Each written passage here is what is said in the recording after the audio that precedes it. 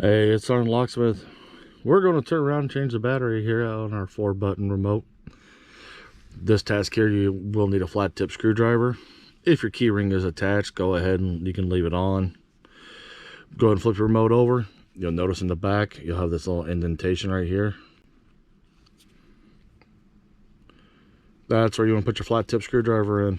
Go ahead and put it in and rotate one direction. One side popped up. Rotate the opposite direction and the other side pops up.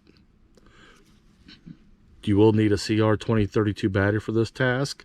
Should be able to pop this battery out with just using your finger. You want to push down on the battery, and when you do, put pressure towards this end in a downward motion. So when you do it, the battery pops up.